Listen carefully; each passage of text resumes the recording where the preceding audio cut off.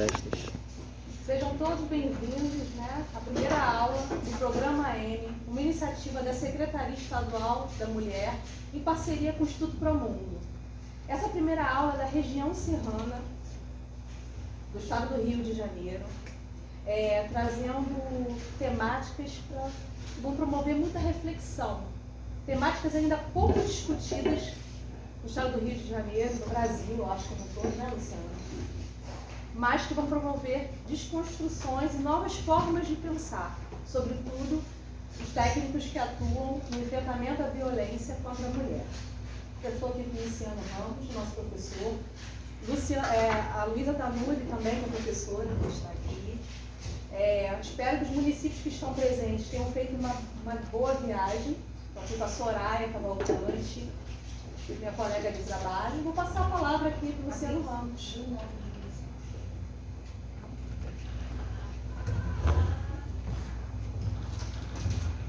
Bom dia a todos, todas e todes.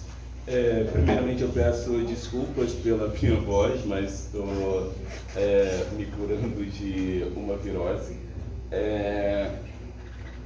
Eu sou Luciano Ramos, sou historiador de formação, tenho a formação em História e sou atualmente vice-diretor, diretor adjunto do Instituto Promundo.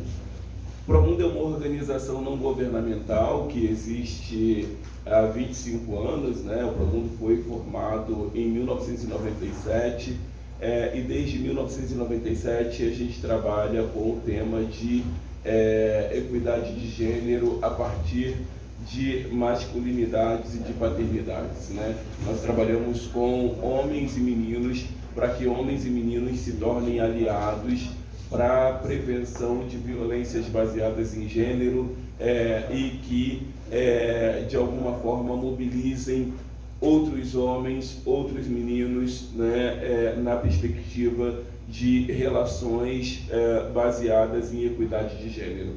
Dito isso, junto com a minha colega de trabalho, a Luísa Tanuri, a gente vem trabalhando com o estado do Rio de Janeiro há cerca de um ano, muito próximo do que se refere ao trabalho de política para as mulheres no estado do Rio de Janeiro. Nós temos o Programa M, que é um programa de empoderamento de meninas e mulheres, e esse programa ele foi reeditado. Nós temos uma nova versão desse programa desde o final do ano de 2022 e essa nova versão do programa tem sido utilizada para contribuir para a formação dos profissionais que atuam na política de proteção e de prevenção à violência contra mulheres no estado do Rio de Janeiro. Dessa forma, nós temos trabalhado com todas as regiões do estado do Rio e atuado diretamente com equipes técnicas no que se refere à sua formação. Bem, hoje essa nossa aula ela vai falar sobre masculinidades, e pensando masculinidades pró-equidade de gênero.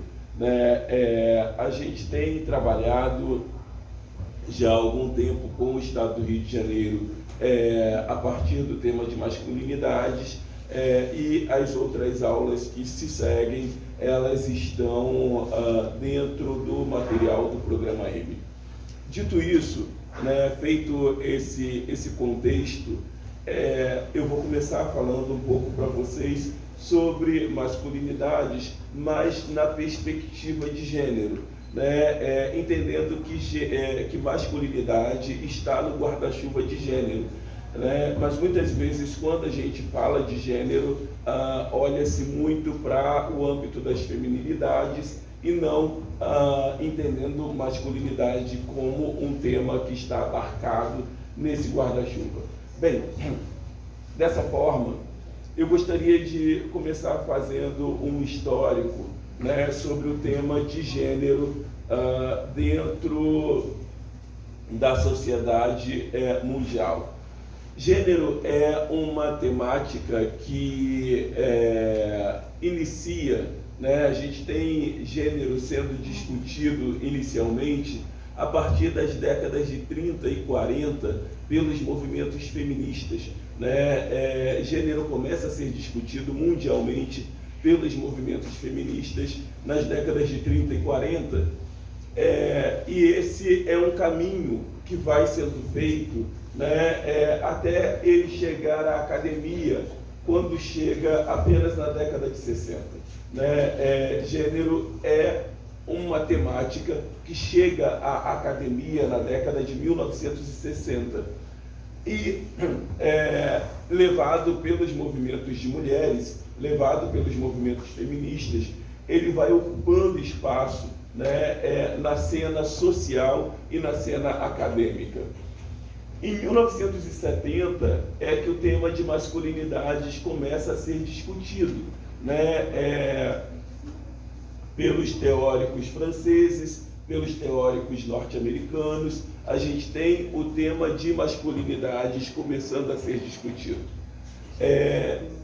E ali, entre 1970, quando o tema começa a ser discutido, a partir da ideia de dominação masculina, né, por Pierre Bourdieu, por exemplo, até a década de 1990, quando o tema de masculinidade ele toma corpo de fato a partir das assembleias das Nações Unidas, sobretudo as assembleias de Cairo e de Beijing, em 1995 e 1996.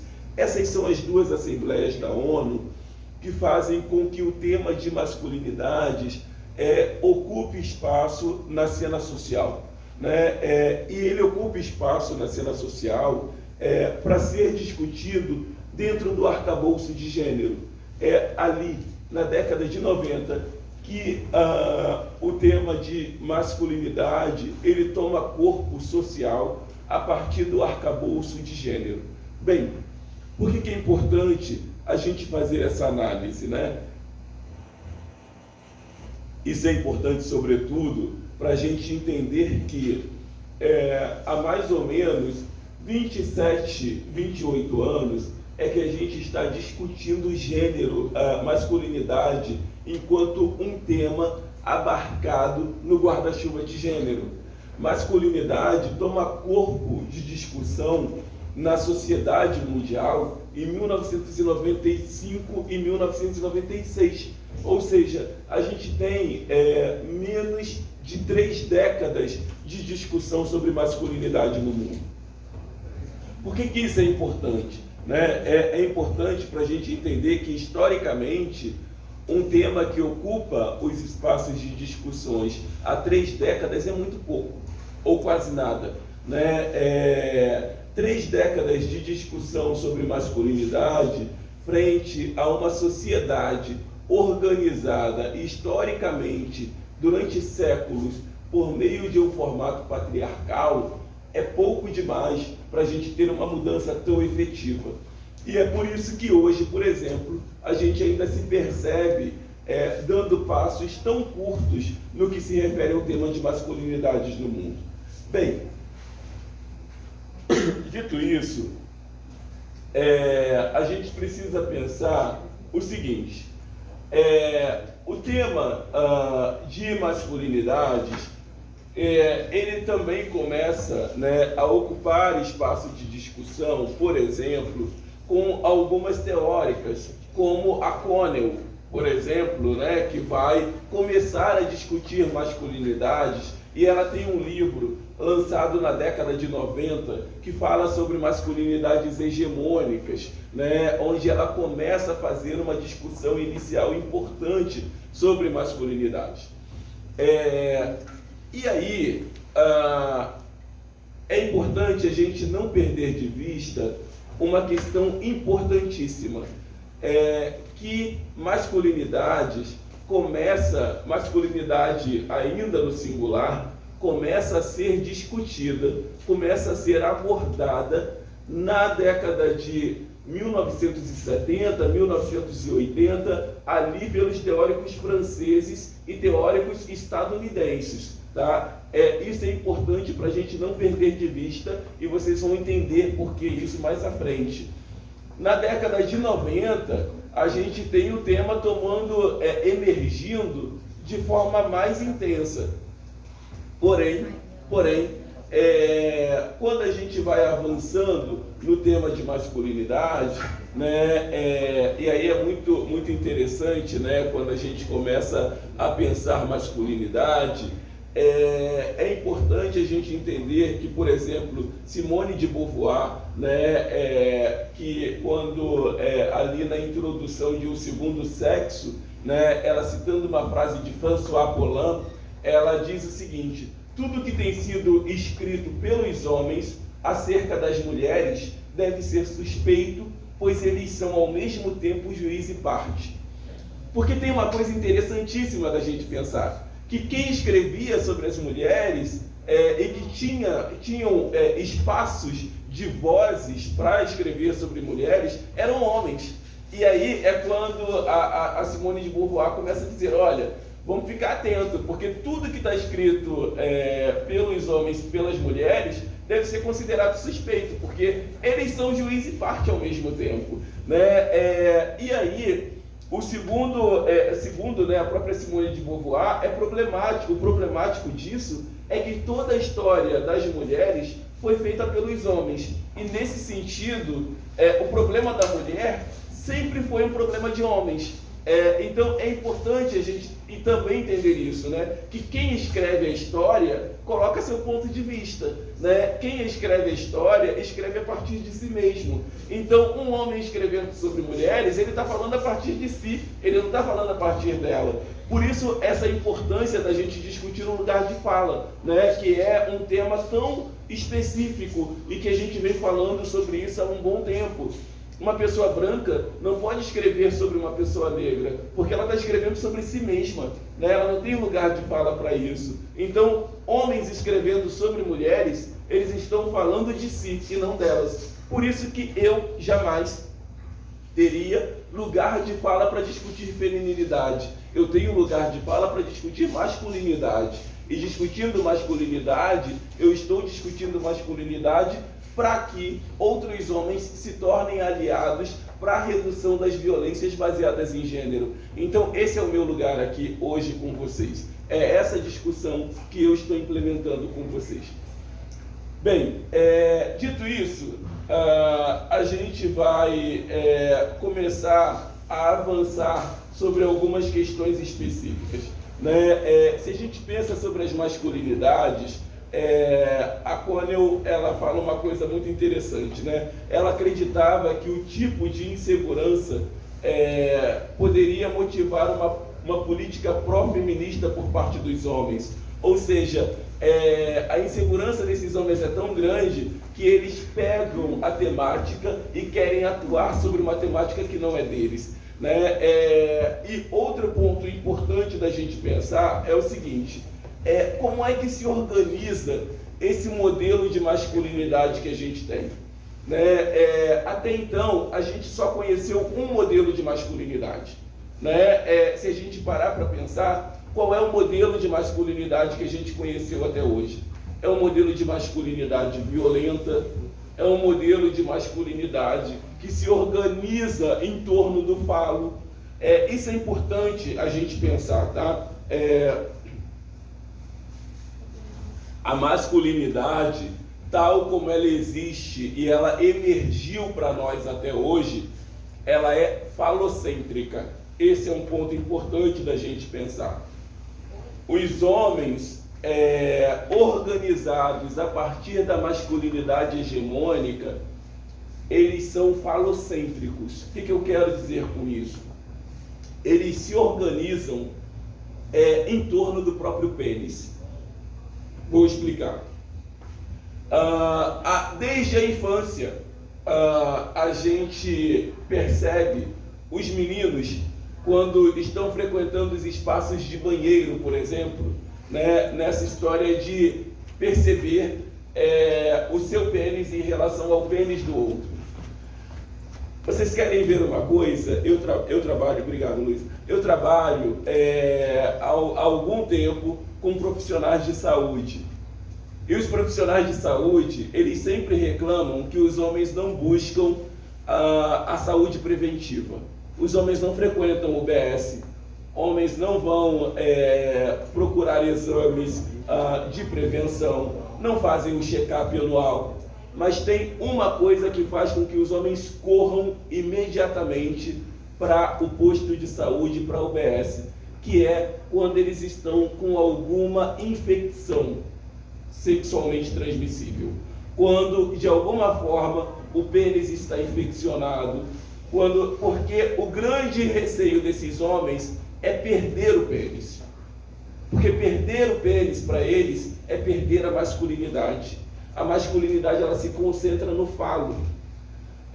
Muitos homens, inclusive, dizem assim: não, eu prefiro morrer do que perder o pênis.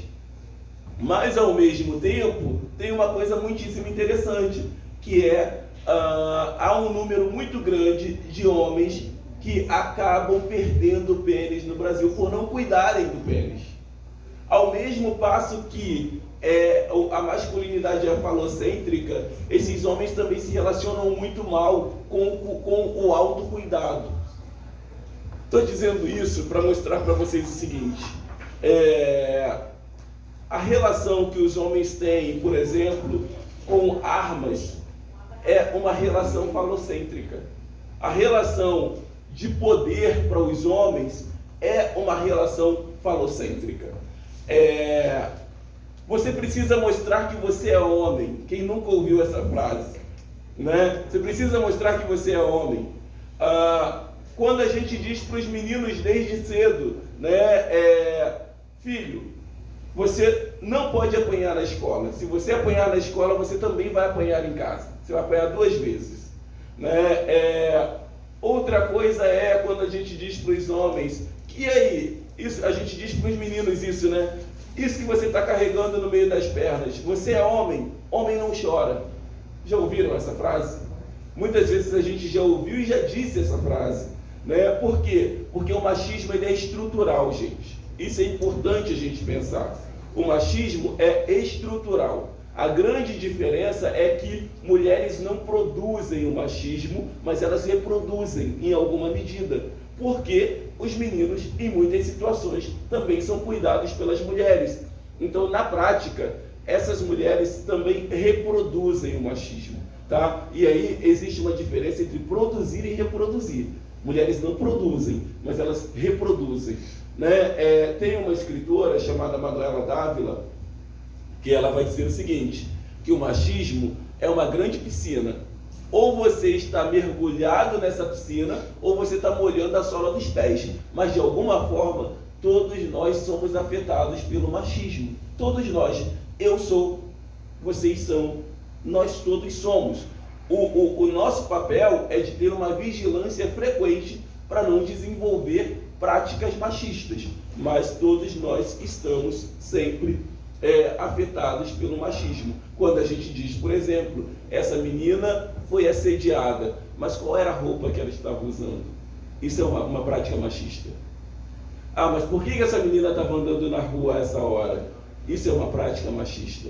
Porque, na verdade, não é a menina que tem que ser questionada, mas os homens que têm que ser questionados por entender que tem uma masculinidade e que tem um papel social tão poderoso que eles podem tocar naquele corpo que esteja com uma roupa diferente ou que esteja andando a qualquer hora do dia. Porque, do contrário, quando a gente questiona a vítima, é machismo.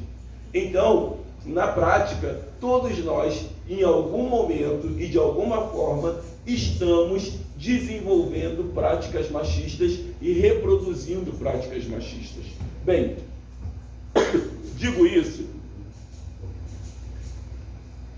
para entrar no seguinte.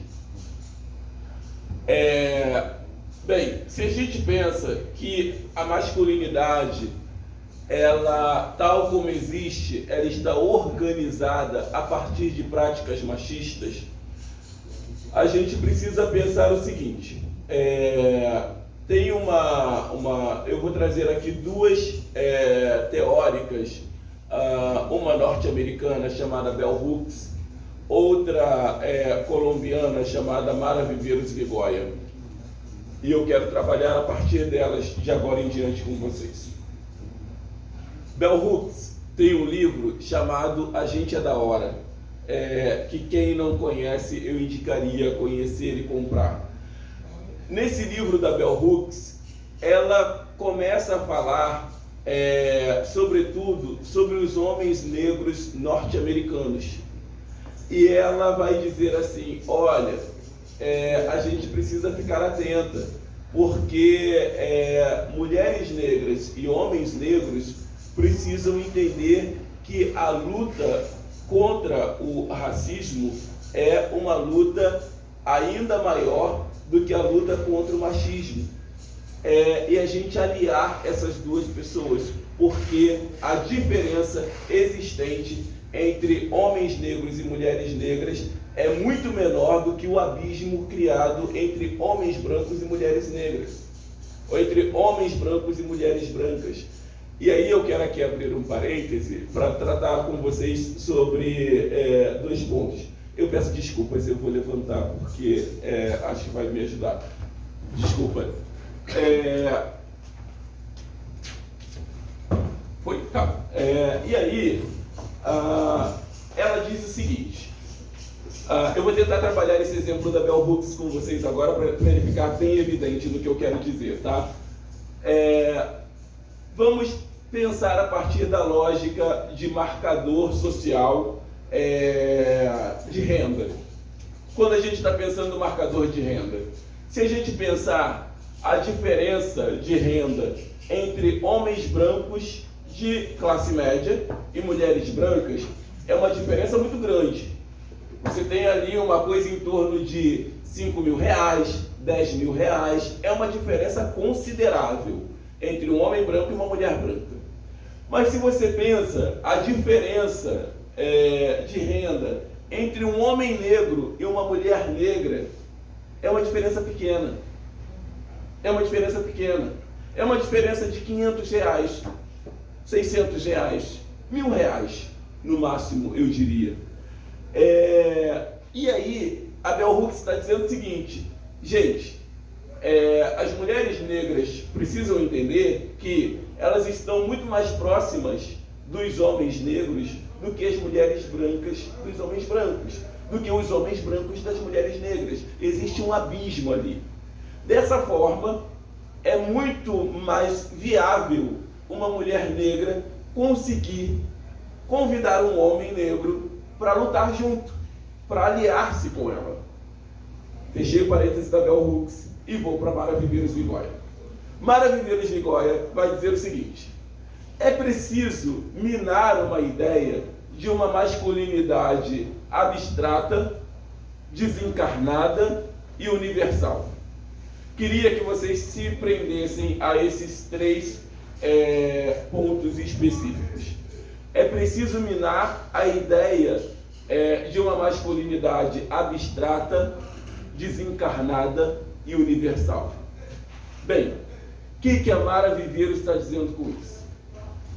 Mara Viveiros está dizendo o seguinte: a masculinidade, ela tem corpo, ela é concreta.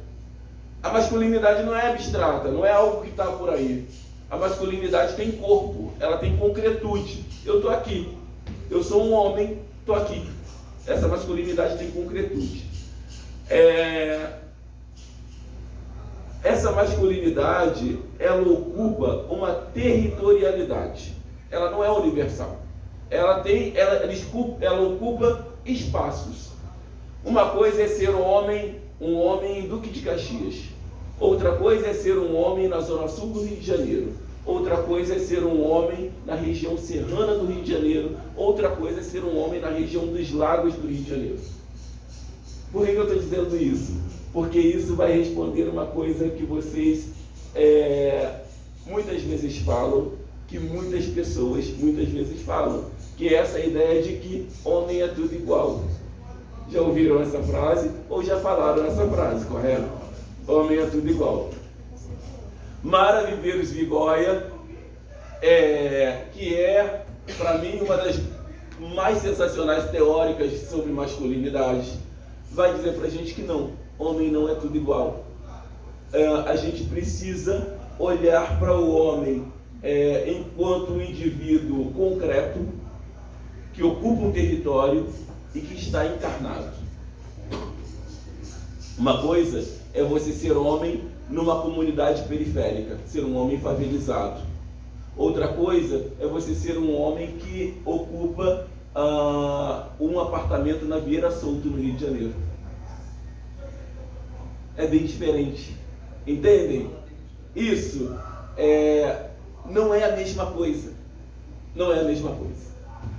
Aí, a Mara, ela vai dizer assim, lembram quando eu disse assim, segurem essa informação, porque ela diz assim, quando eu estava dizendo lá no início, uma coisa era lá Pierre Bourdieu, quando estava falando da dominação masculina, ele estava falando sobre ser homem a partir de uma ideia, de um conceito e de uma perspectiva europeia.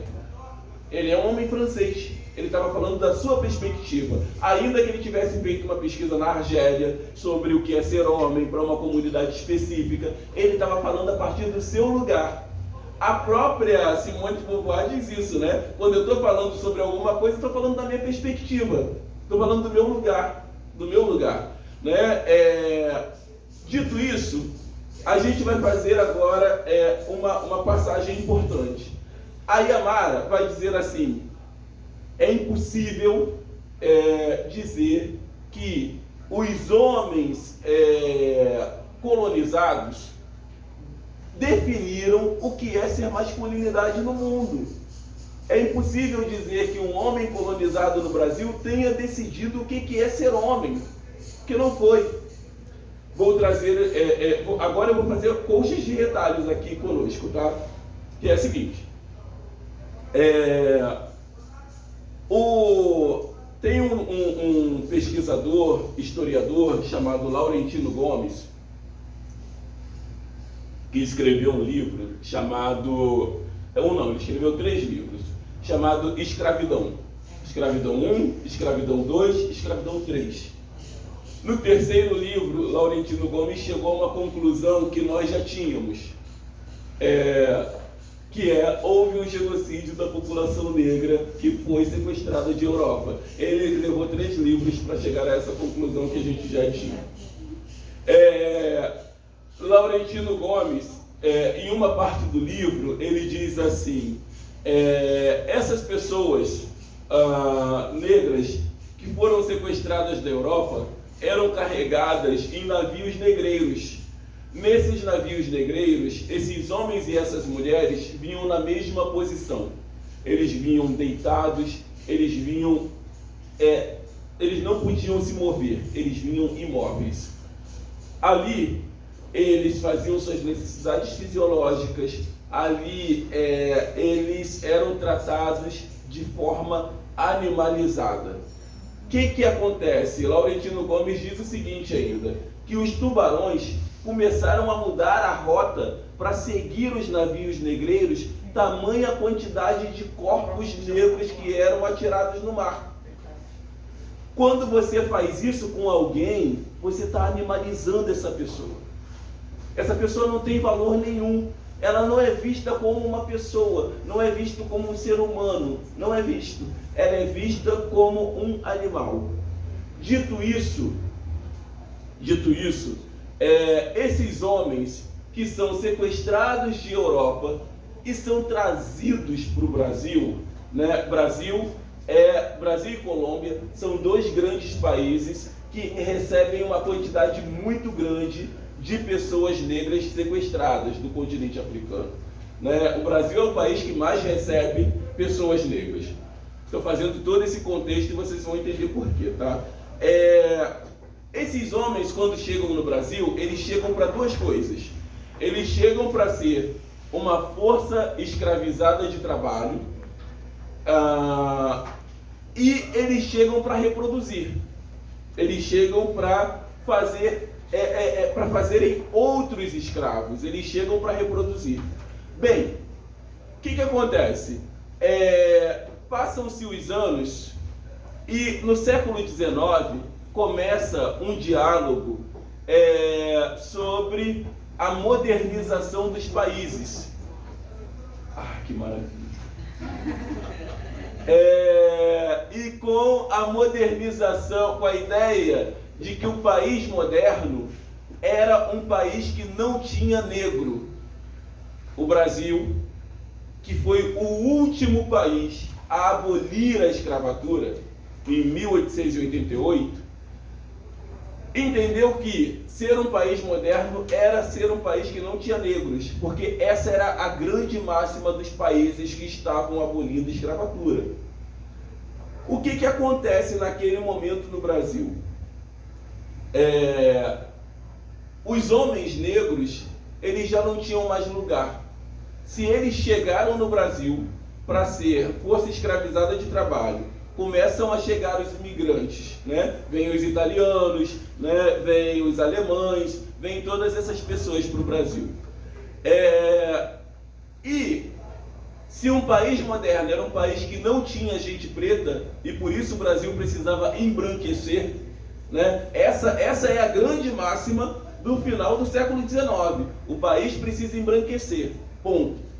Se isso aconteceu, se o Brasil precisava tornar-se um país branco, se o homem negro foi trazido para ser força bruta de trabalho e ele não podia ser mais, porque agora o Brasil precisava se modernizar, então ele não tinha mais lugar. Segunda coisa, se esse homem negro veio para poder procriar e ele não podia mais procriar, porque o Brasil não podia ter outras pessoas negras, qual é o lugar desse homem? Ele não tem lugar. Ele não tem lugar. Se vocês já foram à Biblioteca Nacional, aqui no centro do Rio de Janeiro, na entrada da Biblioteca Nacional, eu falo isso toda vez nas minhas formações, com o desejo de que um dia alguém da Biblioteca Nacional assista e tire essa vergonha de lá. Tem um quadro na entrada da Biblioteca Nacional que se chama A Redenção de Cã. Esse quadro é uma senhora negra que está levantando as mãos para o céu. Depois vocês podem fazer uma pesquisa aí no Google rapidinho. É uma senhora negra levantando a mão para o céu, a filha dela sentada com o neto no colo e o genro dela, a filha dela é uma moça mestiça, o filho da filha dela é uma criança ainda mais clara do que a filha, e o genro dela está sentado no batente da porta, e ele é um homem branco. Quem é que não está nessa cena? O homem negro. E por que o homem negro não está nessa cena? Porque ali o homem negro já não tinha mais papel social nenhum nessa sociedade. Por que eu estou fazendo esse histórico para vocês? Porque nós estamos no Brasil, um país de maioria de pessoas negras, onde a maioria das pessoas que vocês atendem no cotidiano de vocês são pessoas negras. Dito isso, o que vai acontecer? Quero aqui dar um exemplo para vocês. Na verdade, antes disso, tratar uma outra questão que é a seguinte. Frantz Fanon, vocês conhecem Fanon? Já ouviram falar de Fanon? Frantz Fanon, que é o autor de Peles Negras, Máscaras Brancas, um livro importantíssimo. Ele é um psiquiatra martinicano e ele diz o seguinte. Frantz Fanon, em uma parte do livro Peles Negras, Máscaras Brancas, começa dizendo o seguinte: o que é o homem negro? Diz Fanon. Aí ele diz assim: o homem negro não é um homem, ele é negro. E por ser negro, ele não é homem. A ideia de ser uma pessoa negra já retira a humanidade desse indivíduo. Vou lhes dar alguns exemplos interessantes agora que vai nos fazer entender isso. O que acontece? Pós-escravização, final do século XIX, criam-se algumas ideias sobre os indivíduos negros no Brasil. A primeira ideia é que o homem negro é um homem suspeito. Então, colocam-se esses homens nos cantões da sociedade brasileira, né? Tanto que o Morro da Providência, né, é uma das primeiras favelas criadas no Rio, e é uma favela para onde os negros vão pós-escravização, né? Não estranhamente, as periferias, por exemplo, são os lugares em que a gente mais encontra as pessoas negras.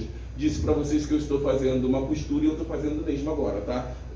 Vocês vão entender por quê. Aí, bom, o homem negro é colocado no lugar de suspeição. O que isso quer dizer para nós? Quer dizer o seguinte: até hoje, esse estado permanece. Esse estado de suspeição do homem negro permanece. Há alguns anos atrás, eu tinha ido dar uma palestra na PUC de Belo Horizonte, e tinha acabado a palestra e eu estava correndo para ir embora. Estava atrasado já. Eu sempre perdi muito voo na vida. Agora não perco mais tanto não, porque agora eu tenho uma filha e eu quero sempre chegar em casa logo para ver a Laura. Tem uma amiga minha e da Luísa, ela é doutoranda e assistente social e doutoranda pela Fiocruz, que ela diz que a paternidade salva o homem. E ela está correta.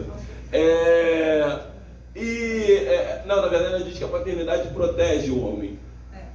E ela está correta.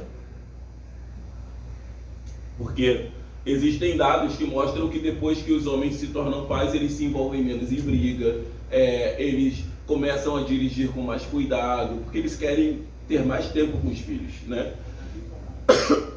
Desculpa.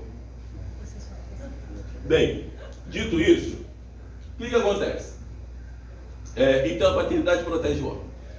Fechei esse parêntese, voltei lá para a PUC de Belo Horizonte. Eu estava lá dando uma palestra, dei uma palestra, minha palestra acabou e eu precisava ir para casa. Estava atrasado, com certeza ia perder o voo, mas eu acreditei até o último minuto que ia conseguir. Consegui não, mas tentei. Eu estou saindo correndo da PUC e eu estava de terno, só não estava de gravata. E estava com uma mochila de couro. E fui andando rápido e tinha uma senhora na minha frente. E era uma senhora branca. E eu estou andando rápido, estava um sol danado. E eu estava andando rápido e aquela senhora branca andando na minha frente. De repente, ela fez esse movimento. Quando ela olhou para trás, ela segurou a bolsa com força. Você percebe quando o corpo da pessoa retrai. E aí,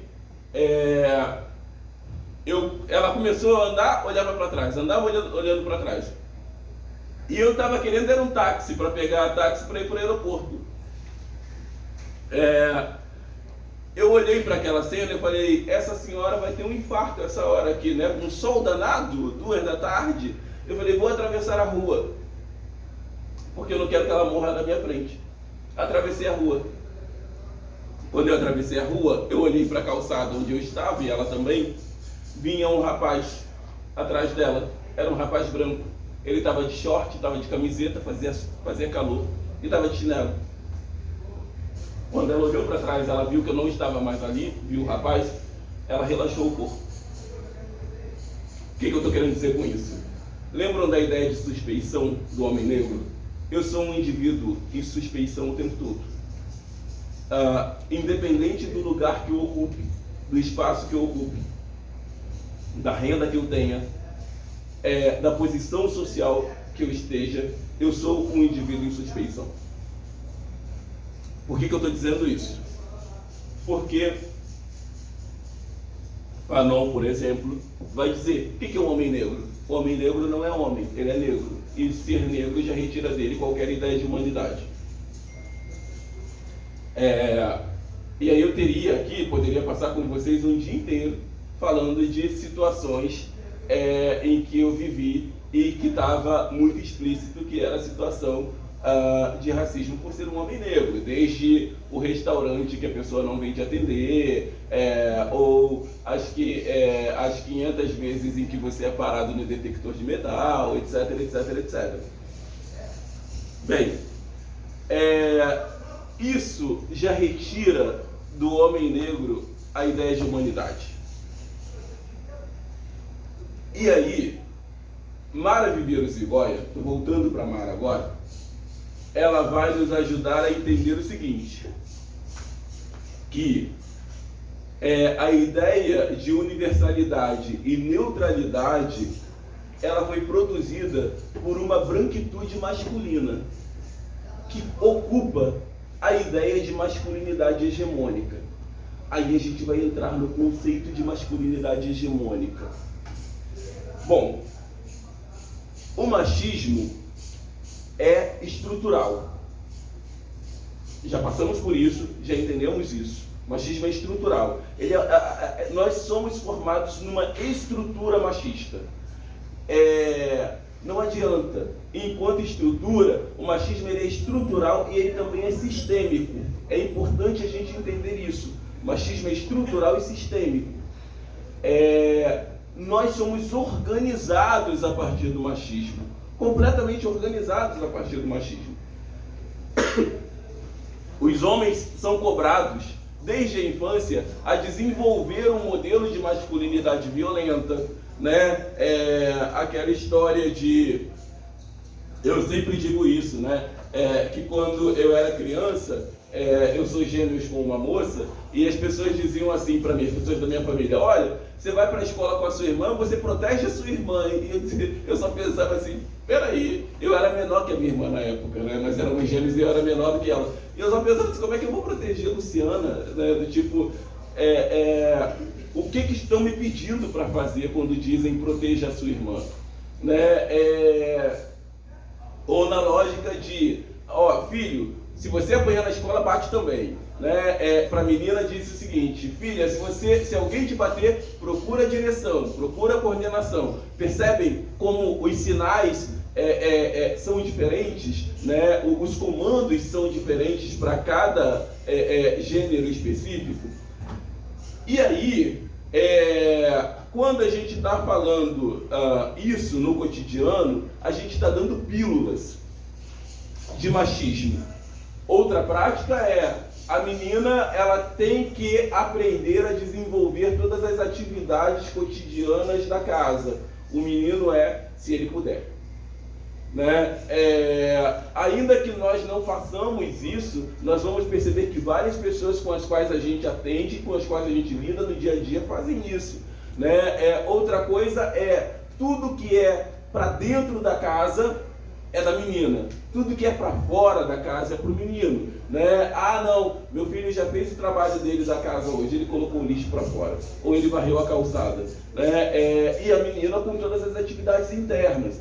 Estou falando isso e às vezes vocês podem pensar assim, nossa, que coisa arcaica, isso nem existe mais. Existe. Né? Outro ponto é o seguinte, quando a gente diz que esse modelo de masculinidade hegemônica é falocêntrico, vocês querem ver onde é que ele começa muitas vezes? Na própria infância, quando a gente diz assim, alguém chega na nossa casa e o menino está pelado e a gente diz assim, olha o pinto dele. Né? E a menina, quando alguém chega, a gente diz, vai botar a roupa nela. Né? Na verdade, deveríamos botar a roupa nos dois, porque aquele corpo não precisa e não tem que ficar exposto a ninguém. Ou na rua, quando o menino diz pra gente, estou muito apertado, quero fazer xixi. A gente diz, vai ali. A menina, a gente diz, espera chegar em tal lugar para poder fazer.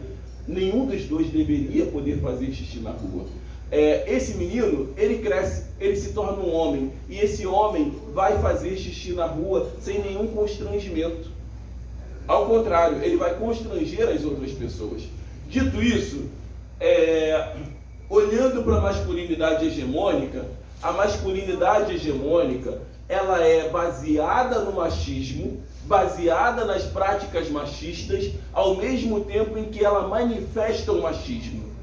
Esse é um ponto importante da gente entender. Ela se baseia no machismo e ela manifesta o machismo. O machismo é o grande pilar da masculinidade hegemônica. é o pilar da masculinidade hegemônica, ao mesmo tempo em que essa masculinidade hegemônica, para se manter, ela manifesta o machismo. Logo, a gente precisa pensar o seguinte, que as masculinidades, e aí eu já estou colocando no plural, elas se organizam dentro de uma pirâmide. Preciso olhar para uma ideia de pirâmide quando a gente está falando de masculinidades. Dessa forma, a gente vai ter as masculinidades subalternas ocupando o espaço de baixo da pirâmide e a masculinidade hegemônica ocupando a parte do topo da pirâmide. É necessário olhar a masculinidade como uma pirâmide que tenha topo e tenha base. A base são as masculinidades subalternas. E o topo é a masculinidade hegemônica. Por quê? Porque tudo que nós vimos até agora relacionado à masculinidade é esse modelo de masculinidade fracassada. É esse modelo de masculinidade que não deu certo. Mas é esse modelo de masculinidade que se mantém, que é a masculinidade hegemônica. Bem, dito isso, a gente precisa pensar o seguinte, ok, então quem ocupa as masculinidades hegemônicas e quem ocupa as masculinidades subalternas?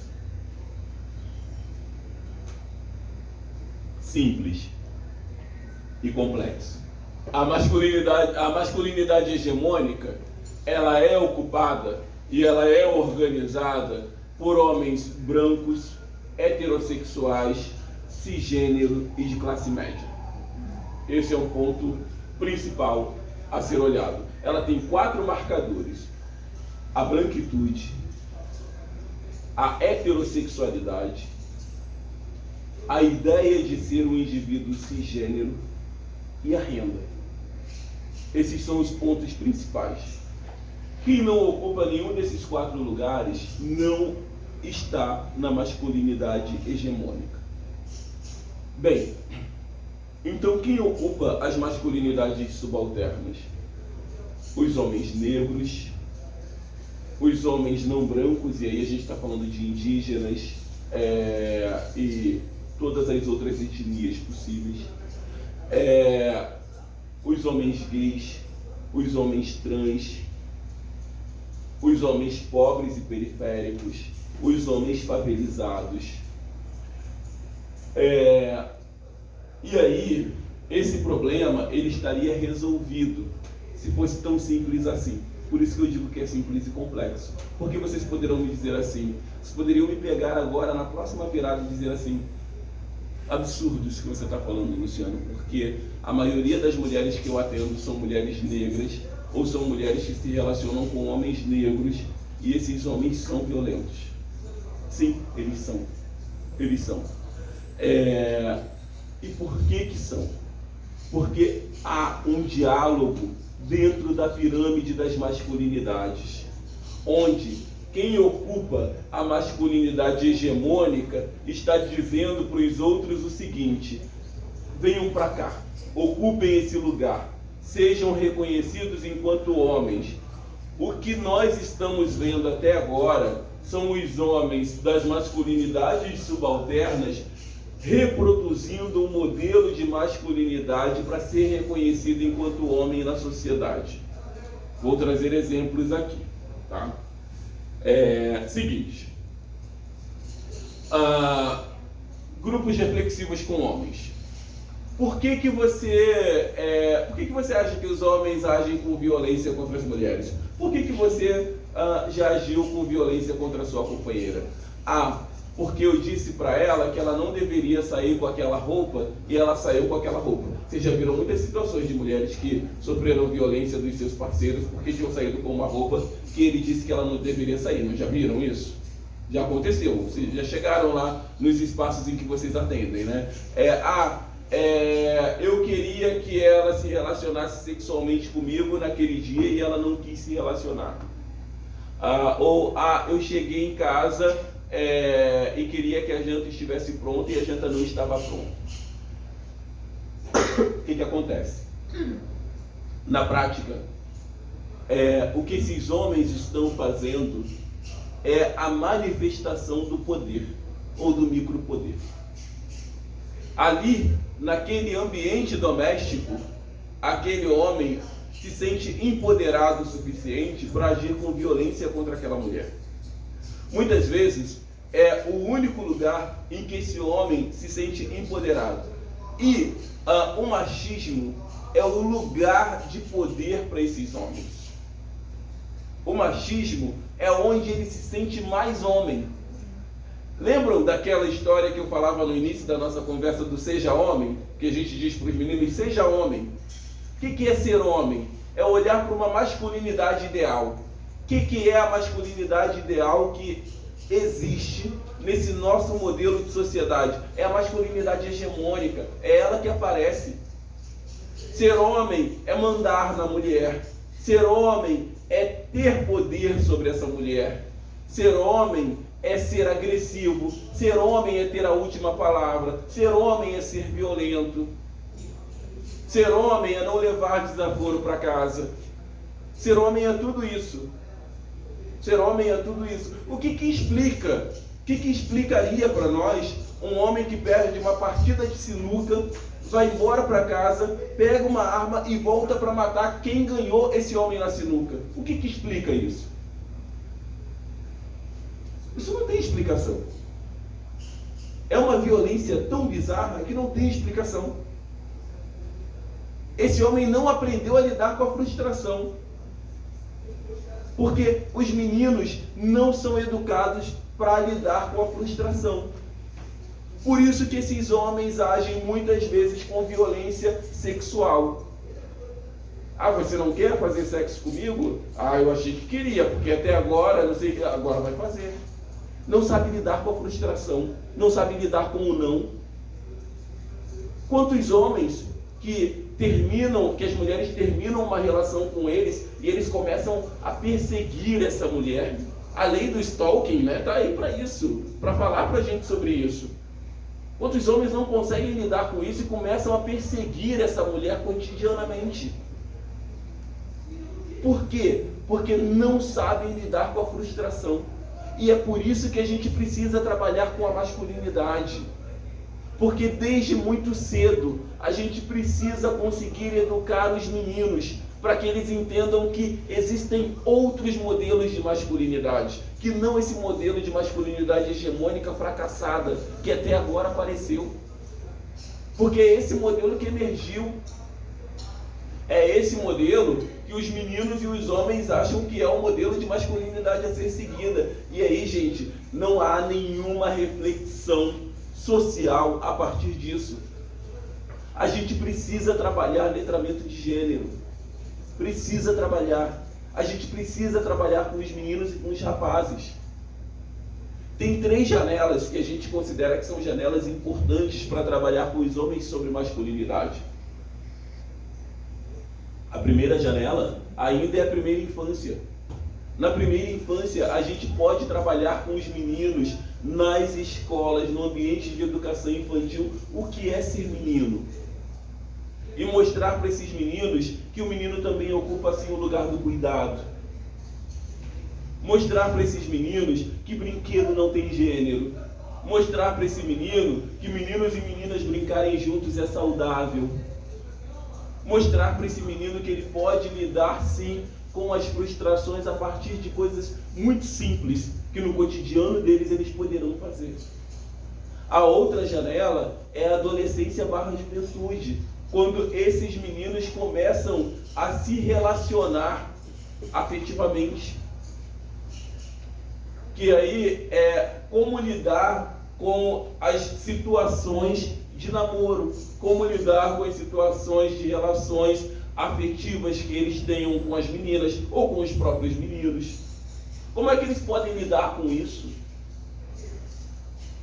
Por que eles precisam aprender a lidar com o não? Que não vai acabar a vida, porque alguém disse não para ele. Só que, e a terceira janela, desculpa, antes de entrar no detalhe, a terceira janela é a paternidade. A paternidade é outro momento importantíssimo para a gente trabalhar com os homens. A equidade no cuidado, a equidade nas tarefas domésticas. A ideia de que o homem pode sim cuidar da criança pequena. A ideia de que o processo de gestação não é só da mulher, é também desse homem. A ideia de que ele engravida junto com a sua companheira ou com a sua parceira, ou com a mãe dessa criança, ainda que ele não esteja nessa relação com essa mulher. E aí, o trabalho, ele é um trabalho intersetorial. Ele é intersetorial. É trabalhar em parceria com a educação, é trabalhar em parceria com a saúde, é trabalhar em parceria com a assistência social. Porque na prática, o que a gente tem feito até agora é apagar o incêndio, é apagar o fogo. Mas a gente precisa trabalhar no âmbito da prevenção.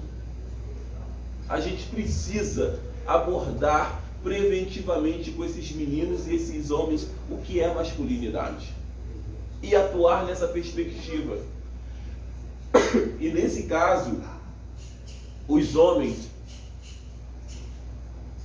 eles têm um lugar de fala importante, muito importante.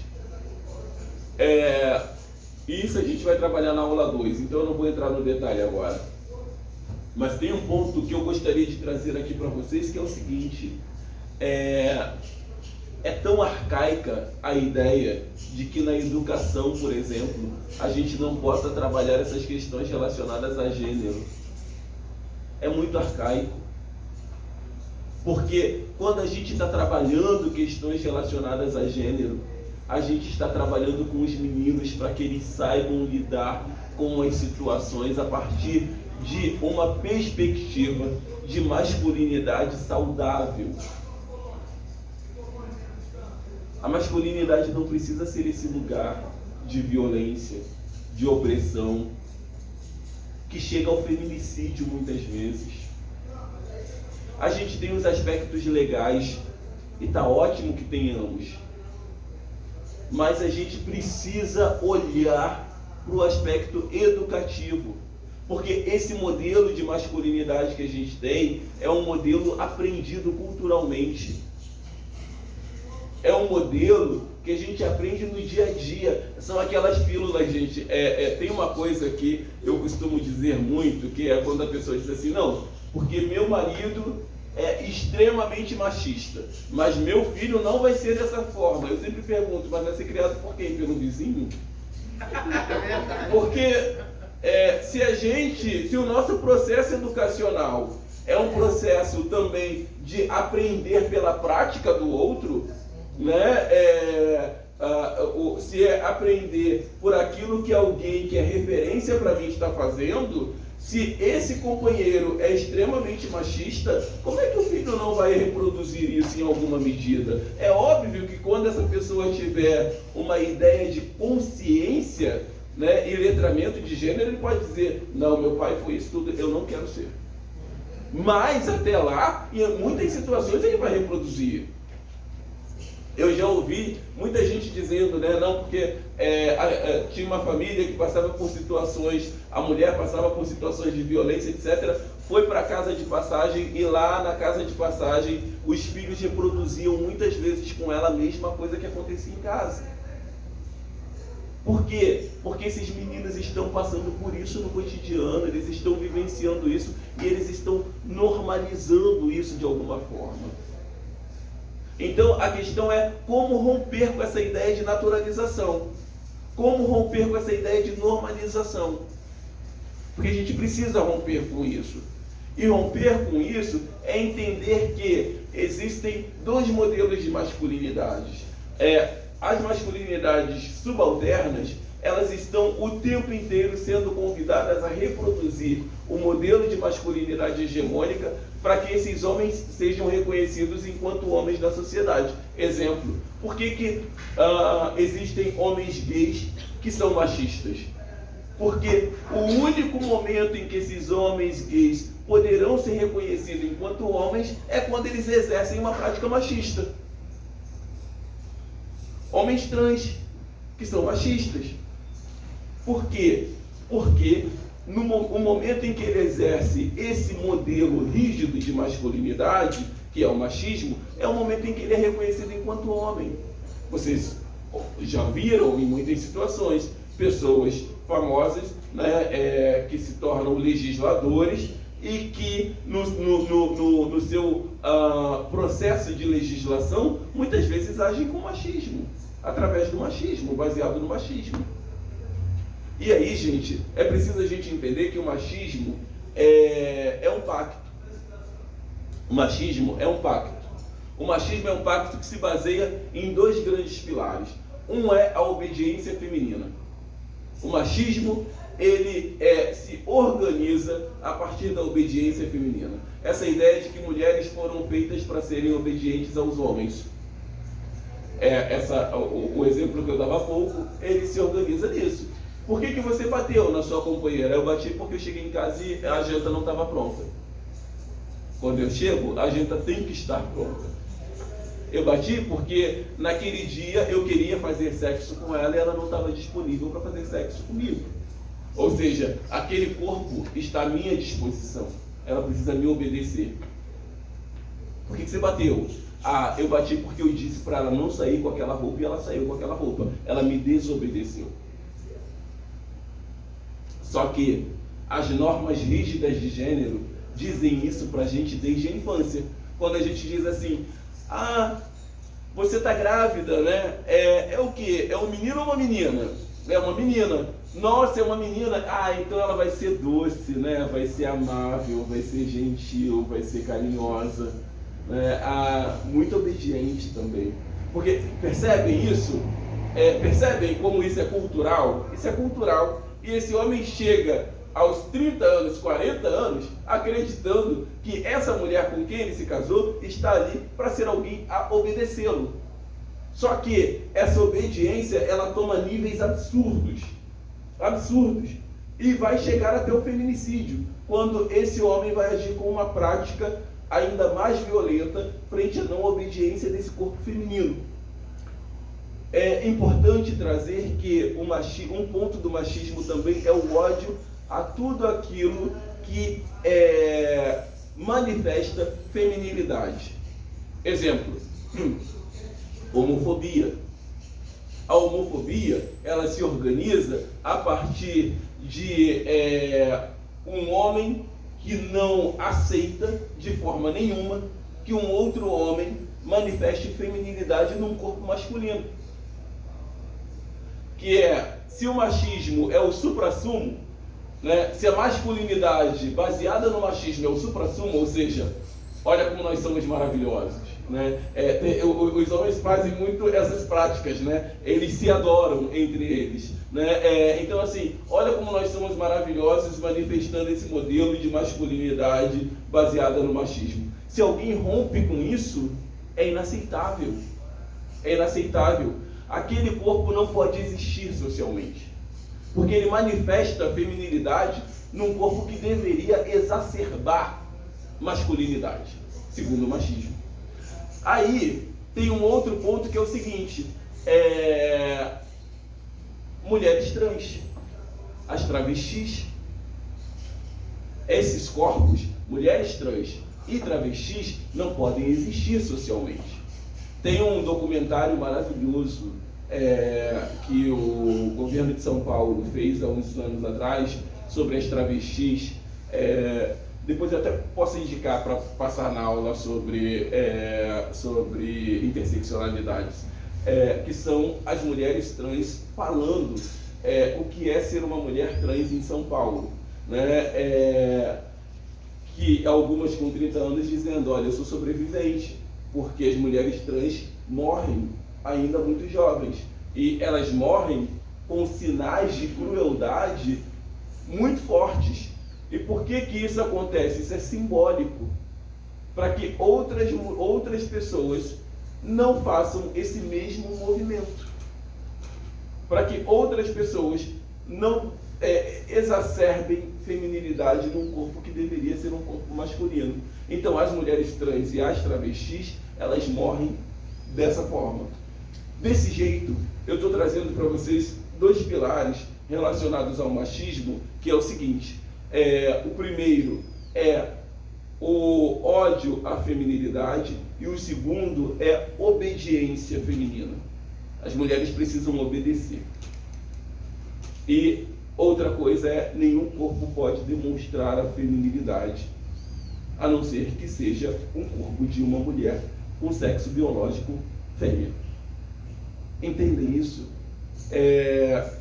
Logo, esse modelo de masculinidade baseada no machismo, que é a masculinidade hegemônica, é um modelo fracassado. Só que ele se camufla o tempo todo para continuar existindo. Não é possível algo se manter por tanto tempo sem fazer algumas concessões, né?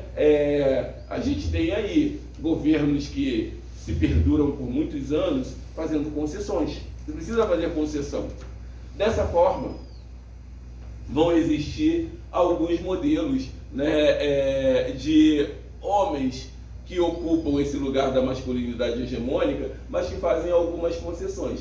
Algumas pessoas chamam, por exemplo, dos esquerdomachos, né? Aquele cara é o maior esquerdomacho, né? Eu achava que ele era super envolvido na causa e nem um pouco, assim, no cotidiano ele vai mostrando. Parou agora. Parou agora. Como é que é? Como é que esse tema chega?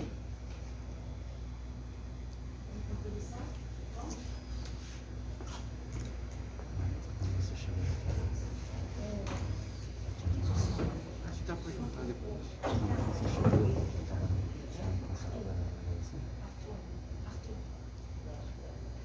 Sem medo de ser feliz. Como é que chega esse tema para vocês?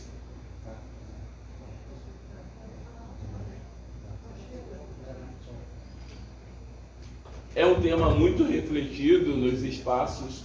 Por favor. Sim, quando teve essa proposta, né, para mim foi muito interessante. A gente que é do interior, a gente praticamente não trabalha nesse contexto, né? A gente trabalha muito crítica para a mulher, com a mulher e com o parceiro nunca. Então, assim, quando a gente faz os grupos temáticos, os trabalhos, até mesmo com parceria com escolas ou unidades de saúde, a gente nunca pensa no homem. Ele sempre é voltado para a mulher. Às vezes tem até um grupo misto que a gente faz, né, esse trabalho que eles estão ali presentes, mas não nessa visão de masculinidade. Isso para mim, eu vou confessar, é novo. Como é que é seu nome? Estela.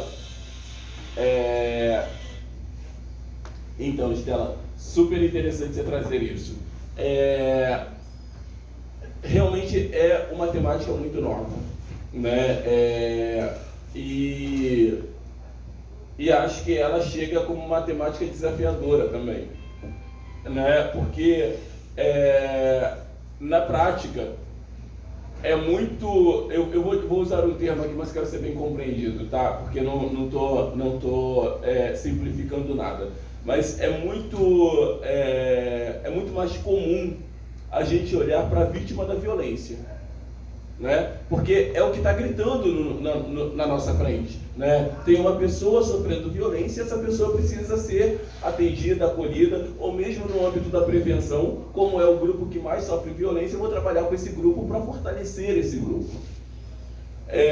Já com o homem, a gente praticamente não trabalha, porque ao contrário, né? Muitas vezes a gente diz até assim, eu já até ouvi muita gente dizendo, no início, há uns 5 anos atrás, quando eu estava fazendo algumas formações, eu ouvia algumas pessoas dizerem assim: peraí, agora a gente tem aí os homens que são os que mais cometem a violência e você está querendo que a gente olhe para eles. A gente tem que olhar para quem sofre a violência. E eu ouvia a pessoa dizer, e eu entendia o que a pessoa estava dizendo, óbvio, mas por outro lado, a gente precisa pensar o seguinte: se a gente não olhar para quem comete a violência ou para o potencial agressor, né, que é esse menino, que é esse rapaz, que é esse homem, a gente vai continuar tendo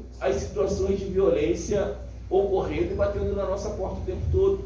Porque a gente está trabalhando com a vítima, mas essa mulher, em alguma medida, ela vai se relacionar um pouco à frente também com uma outra pessoa, com um outro homem, e pode sofrer violência também desse homem, né? Então, na prática, a ideia é: não deixaremos de trabalhar com as mulheres. Ao contrário, seguiremos trabalhando com as mulheres e potencializando o trabalho com mulheres. Mas o que a gente vai fazer é agregar também o trabalho com os homens.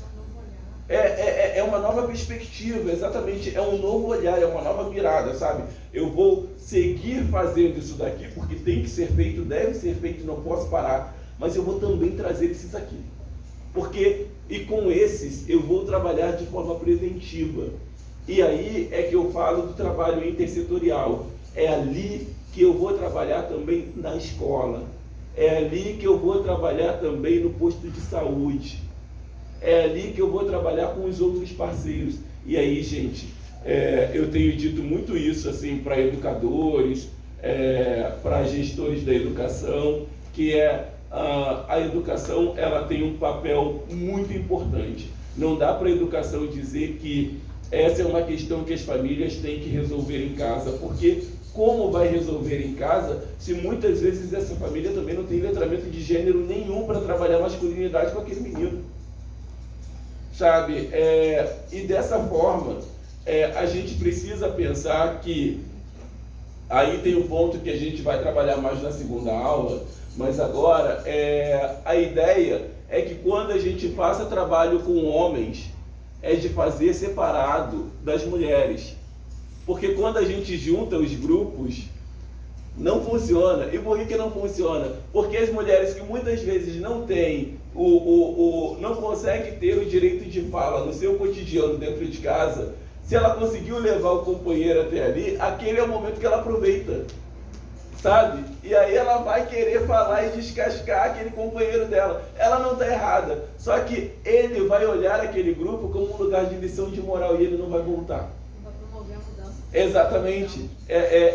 Então, na prática, a ideia é de fazer esses grupos separados e desenvolver um grupo com os homens para discutir masculinidade de forma estrutural. Né? Também não é para dizer, olha como nós homens sofremos. Não, nós homens somos os autores da violência contra as mulheres.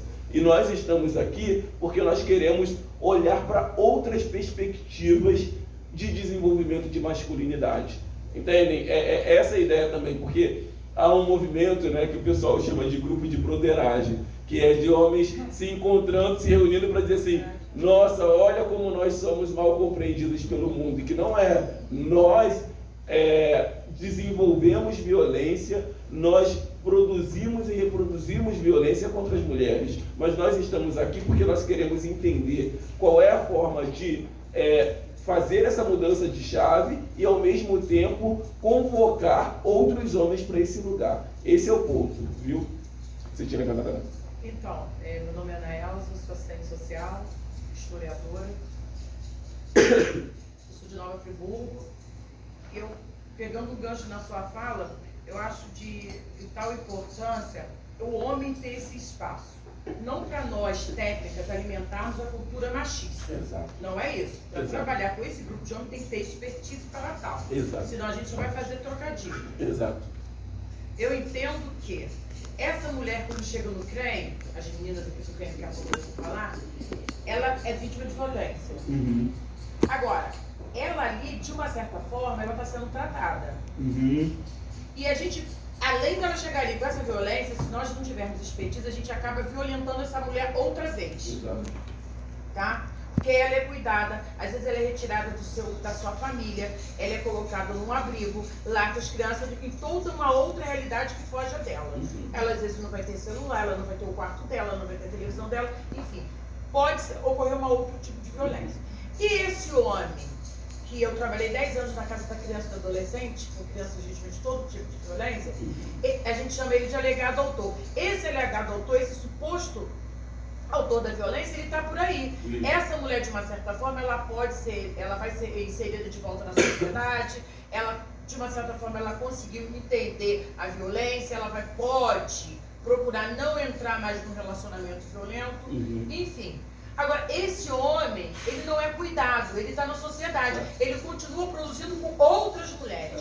E às vezes lá no CREM Friburgo, como é meio que roça, a gente praticamente conhece meio que todo mundo, às vezes a gente pega 5, 6, 10 mulheres que estão sendo tratadas, mas esse um homem está produzindo a sua violência com um monte de mulheres. Então a gente está até pensando nesse espaço para estar atendendo esse novo público, né? Até então a gente só tinha preocupação com a mulher. Isso é muito importante, porque a gente está protegendo a mulher, mas o homem está lá fazendo a mesma coisa com outras. E isso acontece quando cobra da mulher, porque tudo é uma cobrança em cima de nós. Quando cobra da mulher, não, mas você tem que se prevenir, você não pode engravidar. Tá, ela vai lá e faz uma laqueadura de trompa, uma agressão no seu corpo. Mas o cara continua fazendo filho nas outras. Assim, é meio que parecido essa situação. Isso nos incomoda muito, porque a gente está tratando, de uma certa forma, essa mulher, mas esse legado doutor, ele está solto aí fazendo mais e mais, cometendo violência. Só queria complementar a fala dela. Meu nome é Paula, tá? Eu sou coordenadora do Centro de Referência da Mulher, lá de Nova Friburgo. Eu sou advogada. E a gente também tem essa visão que, assim, alguns casos, a gente até identificou, acho que semana passada, esse homem, ele já cometeu violência com mais de uma usuária nossa. Né? Assim, isso, né, acontece normalmente, a gente sabe que isso acontece normalmente. Isso é uma questão que nos preocupa, que é uma questão também que a gente precisa de políticas públicas, né, para aplicar e para resolver essa situação, porque a gente faz todo o trabalho com a mulher, mas esse homem, ele precisa ser visto, né? Ele precisa ser também tratado, cuidado, né, e passar por todo tipo de interação, né, e grupos, né, para ele também ter uma fala dele e ser ouvido também. A gente também acha isso importante. Não, maravilha que vocês estão trazendo, Ana e Paula, pelo seguinte, eu queria trabalhar 2 pontos aqui. O primeiro é a importância da gente ter um espaço onde ocorram grupos com homens. É importantíssimo.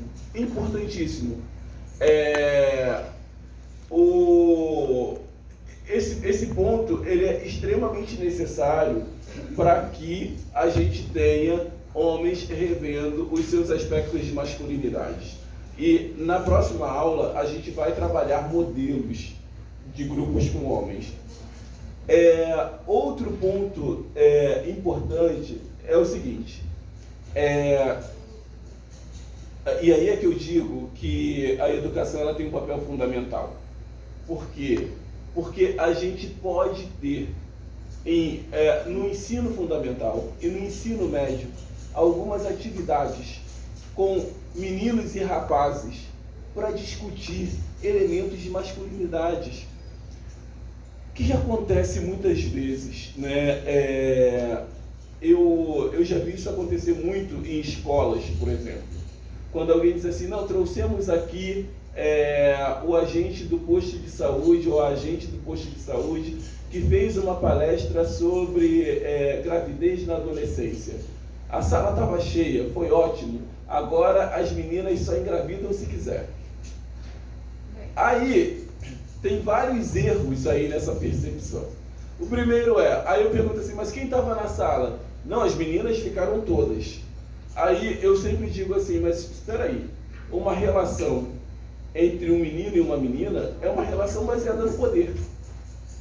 Desde muito novos. A relação entre homem e mulher é relação de poder. Não tem como dizer que não é isso, né? Se eu parto do princípio que a relação entre homem e mulher é uma relação de poder, se essa menina ficou ali, teve a palestra, ela saiu, ela vai se relacionar com o menino, ela quer usar preservativo e o menino não quer, se ele não quiser por fim, ele não vai usar o preservativo. E ninguém poderá dizer que essa menina engravidou porque quis. Porque a gente tende a culpabilizar a mulher, que era esse ponto que você estava trazendo, né, em detrimento do homem. Não, ela é que é culpada, coitado desse menino. Ele nem sabia o que estava fazendo. Então, a gente precisa trabalhar com a lógica de incluir os homens, de trazer os homens, de incluir os meninos, de incluir os rapazes e de fazer atividades destinadas para esse público. É mais desafiador, é muito mais desafiador, porque as mulheres têm muito mais paciência de sentar, ouvir uma palestra, e isso não é genético. Antes que alguém diga, não, mas isso é genético. Não, não é, isso é cultural. Cultural. Né? As mulheres sentam, ouvem uma palestra, trocam sobre aquilo, só que os homens, desde muito cedo, não foram ensinados a mesma coisa. Quando a gente vai fazer grupos de paternidade com os homens, a gente começa dizendo assim, 45 minutos e acabou, porque se passar de 1 hora eles não ficam. Lá para o 3º, 4º encontro, eles ficam 1h30. Se é cultural, você começou a dizer sobre os brinquedos. Exatamente. As meninas, bonecas. Exatamente. A menina senta para brincar. Exato. Então, assim, a gente precisa estar atento a essas questões, né, de trazer os homens. Eu fico muito feliz quando vocês estão olhando para isso, pensando na ideia de precisa ter aqui um grupo com homens, porque precisa ter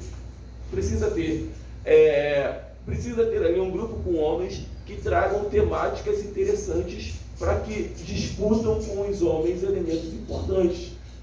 Aqui no Rio de Janeiro, né, ali no Morro dos Prazeres, há um tempo atrás, o Promundo fez um programa, uma campanha, na verdade, chamada Campanha do Laço Branco, onde os homens vinham, jogavam futebol, no intervalo, só que antes de jogar futebol, porque era um campeonato, antes daqueles 2 times entrarem em campo, eles faziam 20 minutos de atividade de roda para discutir sobre masculinidade, discutir sobre o autocuidado, discutir sobre o homem e os cuidados com os filhos, homens e tarefas domésticas, homens e não replicação desse modelo de masculinidade que a gente conhece. Então, assim, foram acho que 6 rodadas onde esses homens passaram por 6 encontros. A gente precisa encontrar metodologias que sejam atrativas para esses homens. Porque a mesma coisa a gente faz com as mulheres, né? Muitas vezes a gente faz o quê? Bota a mulher ali sentada desenvolvendo alguma atividade, durante a atividade vai conversando sobre uma temática específica, né? Então, a mesma coisa com os homens. Não é possível pensar que esses homens virão e sentarão para uma palestra de 1 hora. Outra coisa importante é a gente entender qual é o contexto em que a gente está trabalhando. Né? Onde é que os homens estão dentro daquela comunidade específica? Eles estão no bar? Eles estão no campo de futebol? Onde é que eles estão? Eles estão na igreja? Onde é que eles estão? E entender que todos esses atores são parceiros importantes para o desenvolvimento de atividades com homens. Uma vez a gente fez grupos com homens dentro de uma igreja evangélica. E foi um ciclo de atividades sobre paternidade e cuidado com homens dentro de uma igreja evangélica. E funcionou muito bem. A gente estava falando no 4º encontro, dentro de uma igreja, sobre gênero. Só que a grande questão era assim, o pastor virou e perguntou, vocês trabalham com gênero, né? A gente não quer que vocês falem de gênero aqui não. Falei, não, pastor, o que a gente trabalha é o seguinte, a gente discute com os homens como é que os homens podem cuidar. Não foi Jesus que falou que o homem... Exatamente. Sem fazer ideologia. Exatamente. E a grande... O monstro é esse. Exato, igrejas, né? exato. Não, vai ensinar ideologia de gênero, vai doutrinar. Exato, Isso, né? exato. E o ponto com aquele pastor era o seguinte, pastor, não foi Jesus que disse que temos que cuidar das crianças? Jesus não disse, mulher tem que cuidar da criança e o homem não cuidar. Então, nós estamos ensinando e ajudando esses homens para que eles tenham instrumentos para cuidar dos seus filhos. No quarto encontro, a gente estava discutindo lá com os homens sobre a importância dos meninos brincarem com as bonecas, aprender a trocar fralda das bonecas. Gente, não tem coisa mais absurda do que uma criança nascer, você dar uma fralda na mão de um homem e aquele homem não saber trocar a fralda daquela criança. Uma mulher que acabou de sair de uma cirurgia, se foi cirurgia, se a criança nasceu por meio de uma cesariana, e que vai para casa e que o homem não pode fazer nada porque ele não sabe fazer. Como é que é isso? Sabe? Então, na prática, o que a gente está trabalhando com esses homens, quando a gente está falando de paternidade, o grupo dentro dessa igreja era assim, é possível você fazer. E eu me lembro de um homem que dizia assim nesse grupo: é a primeira vez, eu já tenho 3 filhos, é a primeira vez que eu estou trocando a fralda de uma boneca. 3 filhos. E aí, depois esse homem, no final do grupo, dizendo assim: não, agora eu quero cuidar do meu filho quando nascer. Eu quero cuidar. Sabe? E essa relação fortalece o vínculo desse homem com essa criança. E por que que os homens abandonam as crianças na sua maioria? Óbvio que eu não estou falando de regra aqui, tá? Mas na maioria. Porque não tem vínculo formado com a criança, gente. Não tem vínculo. Não cria vínculo. Porque quando você cria vínculo com alguém, é muito mais difícil você se afastar, né? A relação paternal, se ela é uma relação formada no vínculo, é muito difícil você, né? Vou lhes dar um exemplo. Minha filha está com uma virosezinha, hoje ela teve que ir para a escola. Enquanto eu vinha no caminho, eu estava ligando para a escola para saber como é que minha filha estava, se ela tinha tomado a colação da escola, se ela estava melhor, como é que ela estava, etc, etc. Por quê? Porque minha relação com a Laura é uma relação muito forte. É uma relação formada no vínculo. Eu não preciso ligar para a mãe da Laura, para minha companheira, para dizer assim: Joyce, já ligou para a escola para saber como a Laura está? Não. Eu não tenho que ter uma intermediária. A relação de cuidado é minha dela. Eu não preciso perguntar para ela se ela ligou. Eu ligo. Eu disse para a escola, falei: olha, eu vou agora dar uma aula, mas meu telefone está em cima da mesa. Se precisar, me liga. A hora que precisar, me liga. Né? Então, assim, por que eu estou trazendo isso como exemplo? Porque tem vínculo, tem uma relação criada. E quando você tem vínculo, esse homem pode deixar de se relacionar com essa mulher, mas ele não deixa de se relacionar com a criança. Porque tem relação posta ali. Né? E esse envolvimento, ele é importante. Estou dizendo tudo isso para dizer para vocês o seguinte: a gente precisa trabalhar sim com metodologias com os homens em diferentes fases da vida. As 3 janelas que eu citei lá atrás, elas são importantes. Quando a gente trabalha com os meninos desde a primeira infância, olha, menino também desenvolve atividade doméstica, menino também desenvolve atividade de cuidado. Esses meninos voltam para casa refletindo sobre isso. A família reflete sobre isso. Quando eu trabalho com os meninos na adolescência / juventude sobre como se relacionar com as meninas, como se relacionar com a própria frustração, né? Não vai virar esse monte de homem que não sabe lidar quando uma mulher diz não. E aí bate nessa mulher, agride essa mulher, violenta essa mulher, mata a mulher muitas vezes. O stalking está aí e aponta isso, né? Esse modelo de masculinidade que a gente tem, gente, é um modelo de masculinidade muito fracassado. As mulheres são os indivíduos que mais tentam suicídio no Brasil, mas os homens são os indivíduos que mais se suicidam no Brasil. Eles chegam até o final. Eles cometem o suicídio. Então, esse modelo não funciona bem para ninguém.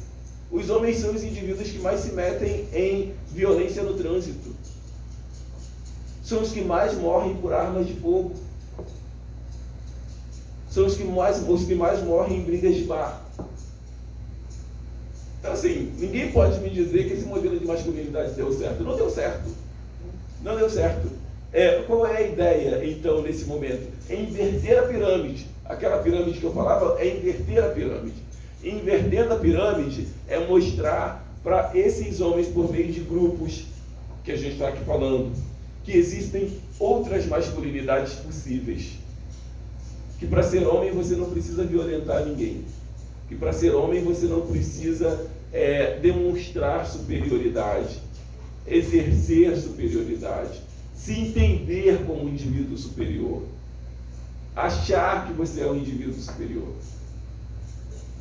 Né? É promover equidade. É promover equidade.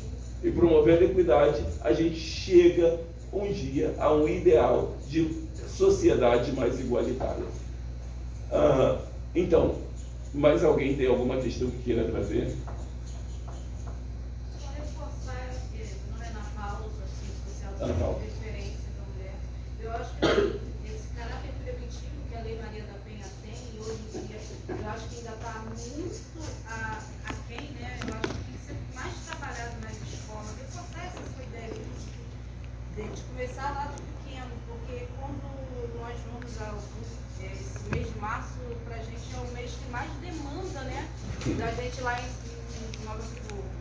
E aí, quando a gente vai à escola, a gente vê que tem muitos adolescentes, a gente gosta sempre de estar tratando, falando a respeito, e a gente vê que os meninos participam, mas a gente só vai em março.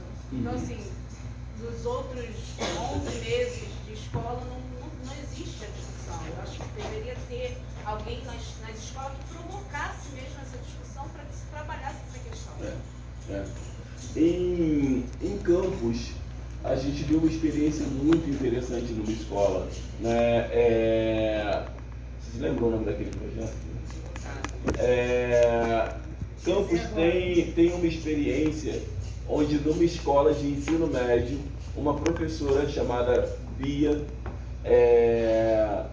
ela tem um projeto que ela trabalha o ano inteiro com alunos do ensino médio. Marias não se calam. Marias não se calam. É um projeto extraordinário, onde essa professora trabalha equidade de gênero durante o ano inteiro com esses alunos. E são meninos e meninas que saem, e aí eles fazem de tudo. Eles fazem peça teatral, eles fazem músicas, eles fazem uma apresentação gigantesca, né, dentro do município. E foi muito interessante, inclusive, porque essa professora levou para a aula inaugural que a gente fez em Campos uns 30 alunos. E eram 30 pessoas extremamente concentradas naquela aula inaugural. Foram mais ou menos 3 horas de aula. E eles estavam concentradíssimos a aula toda. E eles estavam fazendo anotações. Sabe, não era aquela coisa do adolescente que está ali, mas está incomodado porque foi obrigado a ir. Mas eles estavam muito concentrados na aula. E no final, a gente parou para conversar assim. E eles começaram a falar de trabalhar equidade de gênero. Aquela escola entendeu que para poder ter uma mudança a médio e longo prazo, a gente vai precisar trabalhar com os adolescentes e jovens. Então, assim, e acho que aquilo mostra para a gente que quando a gente tem uma educação que se percebe como um lugar de transformação social, a gente consegue mudar boa parte das realidades que a gente tem de violência relacionada a gênero. Né? E aí eu queria fechar essa nossa conversa trazendo o seguinte: se a gente olha para as situações de violência quando já ocorreram, é importante que a gente precisa acolher uma vítima, porque a gente precisa olhar para todas as fragilidades que aquela pessoa naquele momento está apontando para nós e vulnerabilidades também. Porém, a gente precisa entender que a vida daquela pessoa não se encerra ali, que ela vai seguir, né? E que ela vai se relacionar com outras pessoas. Ela vai poder perceber mais facilmente quando aquela relação é uma relação violenta, né? Isso sem dúvida. ou espera-se isso, né? Mas, se a gente não trabalha com os pares dessas pessoas, a gente vai continuar, como diz o dito popular, enxugando gelo. A gente vai ficar rodando em torno de nós mesmos. E trabalhar masculinidade é essencial. Trazer outros homens para essa luta junto com vocês é essencial. Sabe, ter homens nas equipes técnicas que desenvolvam atividades com esses homens é essencial, é necessário. E isso a gente vai poder discutir melhor na próxima aula, né? Mas eu queria só apontar isso para vocês. Assim, o trabalho de prevenção é um trabalho extremamente necessário para a gente mudar esse status quo. É isso que a gente precisa também olhar. Bom, desejo que tenha sido bom para vocês, né? E na próxima aula a gente se encontra para trabalhar modelos de grupos com homens, para trabalhar experiências de grupos com homens. Vocês receberão os slides dessa aula, né? E, enfim, vocês têm aí os nossos contatos e a gente vai avançando juntos nesse diálogo, tá bem? Muito obrigado, gente. Um abraço.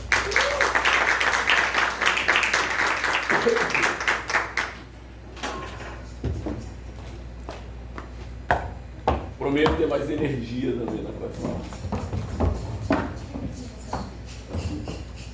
Agradecer aos municípios da região serrana, para quem essa aula hoje foi direcionada: Bom Jardim, Cachoeira de Macacu, Cantagalo, Carmo, Cordeiro, Duas Barras, Guapimirim, Macuco, Nova Friburgo, Petrópolis, Santa Maria Madalena, São José do Rio Preto, São Sebastião do Alto, Sumidouro, Teresópolis e Trajano de Moraes.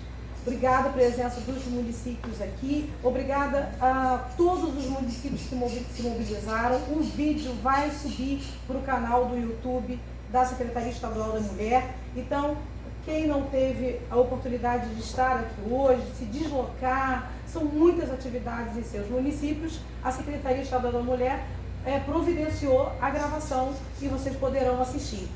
Acompanhe as outras datas das aulas. A segunda aula será dia 27 de abril, pela plataforma Zoom, e as demais já estão sendo apresentadas dentro do grupo. Luciano, muito obrigada. Luciano segue daqui, ele vai viajar. A Luísa Fanuri, a nossa equipe, Patrícia Xavier, a todos vocês, nós desejamos uma boa viagem. Obrigada à equipe também do CEDIM, o Arthur e o Diego, a colaboração aí na parte tecnológica, na filmagem. Obrigada. Obrigado a vocês.